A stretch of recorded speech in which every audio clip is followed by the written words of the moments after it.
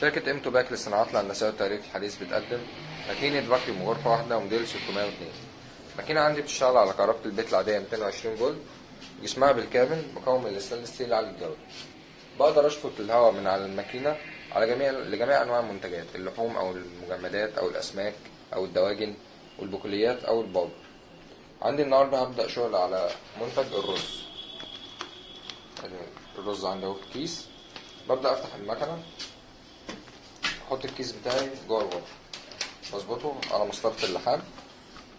عندي ابعاد الغرفة 25 سنتي طول، عرض في 35 سنتي طول، وده اقصى اتساع للغرفة.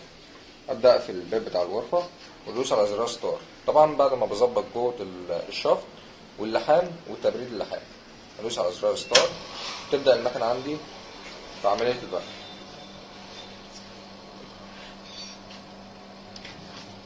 عندي طبعا منتجات عملتها على الماكينة قبل كده، ده فيجيتار بودر،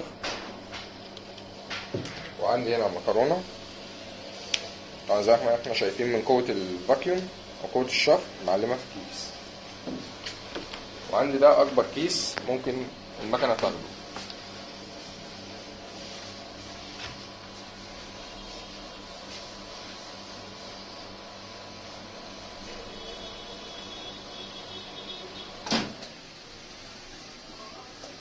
بعد كده المكنة بتخلص.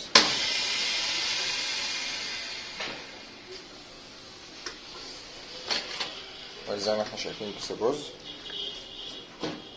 شفط منه الهواء بالكامل. وادي اللحام عندي قوي جدا، عرضه 1 سم. ماكينة فاكيوم غرفة واحدة موديل 602 مقدمة لكم من شركة امتوباك للصناعات الهندسية والتغليف الحديث. شرح